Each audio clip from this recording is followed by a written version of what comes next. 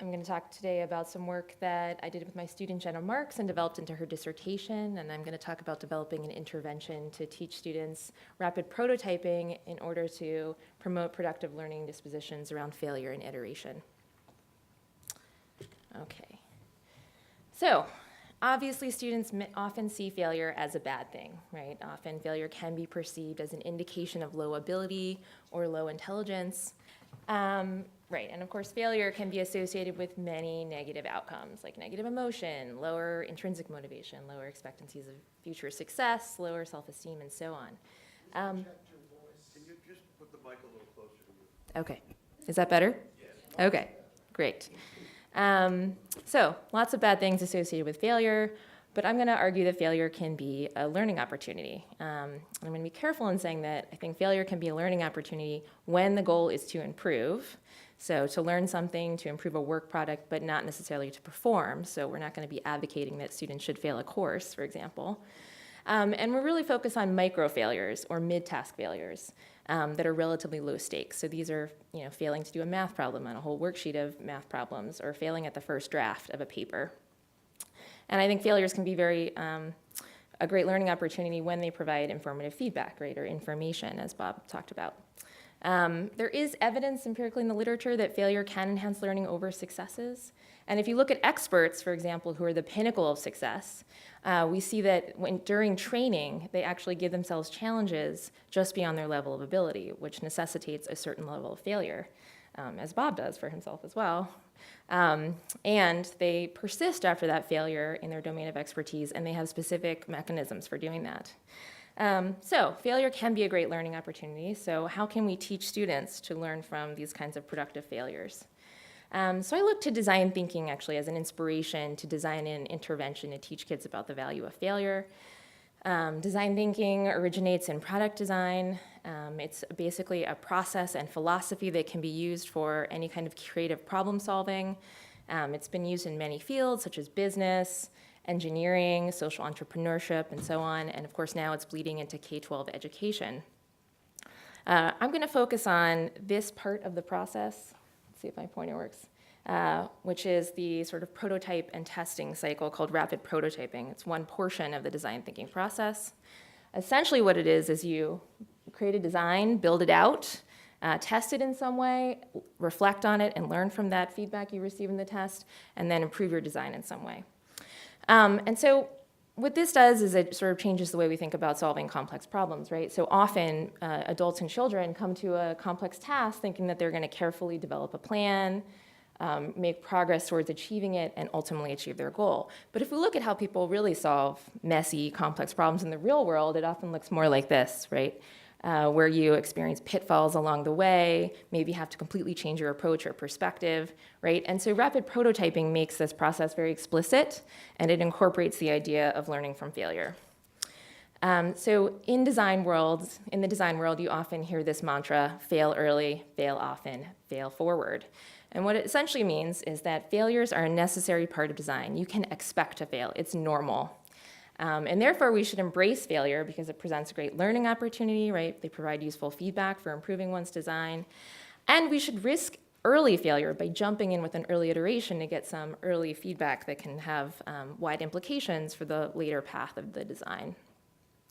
Now, we can contrast this with failure in typical classroom cultures, right? There are actually few opportunities for students to learn from failure because there are simply few opportunities for iteration. In most classroom assignments, they're one and done. You turn in the math problem set, you get a grade, that's it. Move on. And there's some interesting research showing that American teachers in particular tend to avoid student mistakes, particularly in math classrooms. So a student makes a mistake and they tend to call on the student who knows the right answer so they can move on.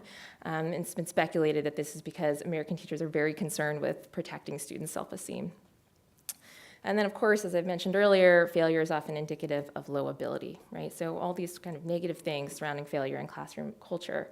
But the new instructional reform methods that are now bleeding into schools, such as problem-based learning, project-based learning, and inquiry learning, require iteration, which is going to lead to a certain amount of failure. So I argue that we need to give students some tools to cope with that failure. Now, if we look at how failure is perceived in design cultures, for example, There's evidence that rapid prototyping actually changes the way designers perceive mistakes. They take on this permission to fail mindset. It lowers the stakes of failure by reducing investment in any one idea and shifts the focus off perfection, and also minimizes the negative affect people feel around mistakes.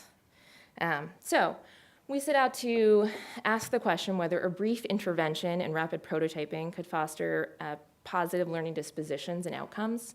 And we really looked at 4 outcomes. Could students learn the process and philosophy of rapid prototyping from a very brief 5-day intervention, or 5 periods really? Would they develop more productive attitudes towards failure and iterative dispositions? And how would it affect their performance on a novel design task? So we took 5th and 6th graders in this study. We sort of randomly assigned them by class to 2 conditions: a rapid prototyping condition, which was explicitly taught the process and philosophy of rapid prototyping, which we distilled into 3 main points: the make, test, think process, make mistakes and learn from them, fail early, fail often. And then our sort of contrast condition to this was a content-focused condition, which I think mirrors the way design is typically taught in K-12 contexts. So usually students are taught the relevant science and math content for whatever design they're about to do, and they're told that good design incorporates those math and science principles. So we basically did just that. We taught them some science and math content and taught them to incorporate them into their designs.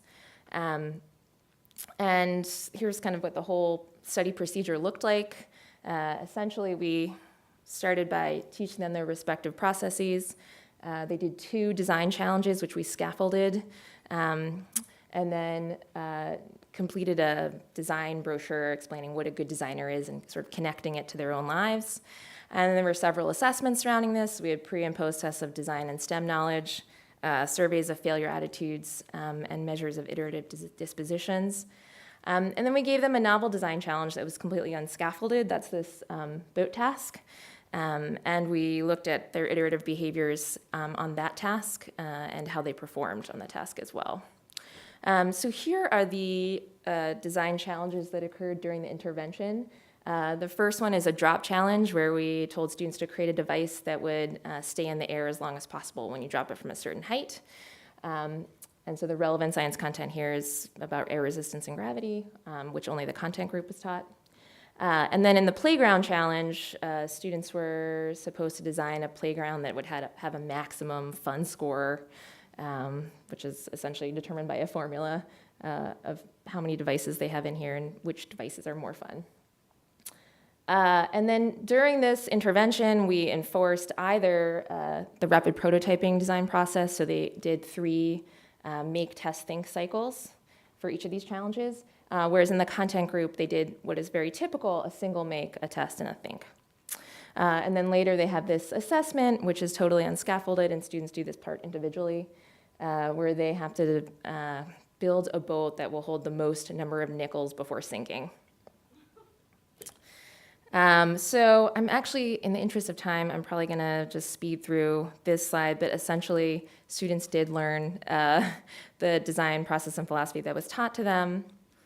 The students who were in the rapid prototyping group developed more positive affect in response to failure, less negative affect in response to failure. And they also said that they would take more kind of productive actions in response to a failure scenario. So they would, be more likely to persist and try again and seek feedback and things like that. But we didn't get differences in their expectancies of future success. And this might be because we focus so much on failure and not how failure can translate into success.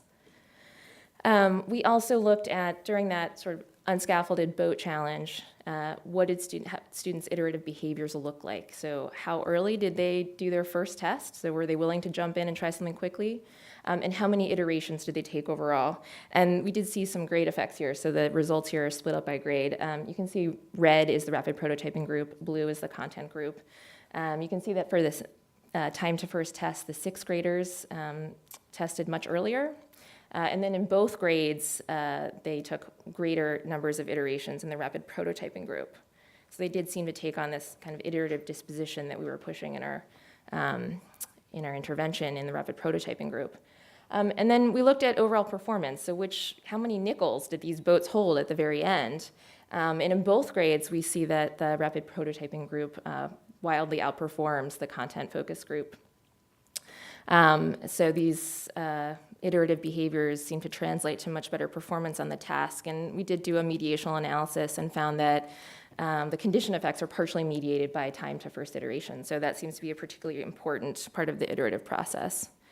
So in conclusion, we found that this kind of brief intervention in rapid prototyping led students to learn the rapid prototyping process and philosophy, adapt more positive attitudes toward failure, engage in earlier and more frequent iteration, particularly the sixth graders, and also to produce more effective designs in a novel design challenge. So this suggests that the culture of design thinking, with its focus on rapid prototyping and permission to fail philosophy, can actually be successfully imported in middle school classrooms to promote productive learning dispositions, and might actually be an interesting way to encourage teachers to give students more iterative opportunities.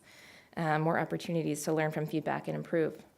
And again, most of the work in design thinking research, especially in K-12, is highly qualitative. So this is one of the few kind of quantitative data points we have.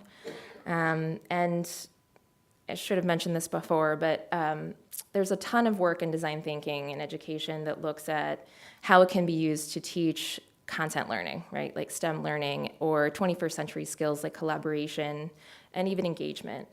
But here we really wanted to highlight its value for enhancing learning dispositions, right? Like this approach to failure and an iterative disposition. So our goal with this intervention was not to enhance content learning, but it is something that we hope to do in the future. So it looks like I still have time for some lingering questions, so I'll just keep going. Maybe we don't have a timekeeper today. Is that the problem?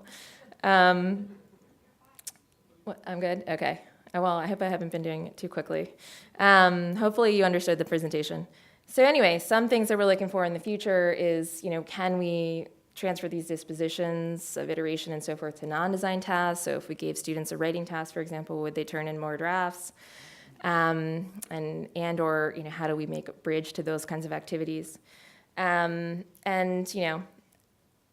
Ultimately the goal is for students to learn these learning dispositions and the content simultaneously. So how could we integrate rapid prototyping with content-based instruction to enhance both of those things? Again, I think we could think more deeply about iterations and different types of iterations. For example, you can have an iteration just in your mind. You can do more informal iterations. So we saw, for example, students would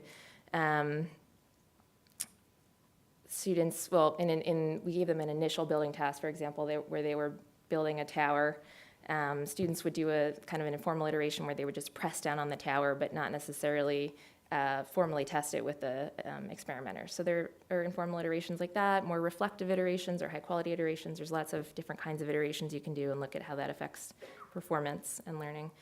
And then, I think there's kind of this interesting trade-off between rapid iteration, which students love to do. They actually get really into this design process. They like to do things with their hands, right? But it often can conflict with that slower process of reflection that often leads to learning, right? So we really tried to build in reflective activities for them, but sometimes there's a trade-off between those two. So some thoughts for future work. Thank you.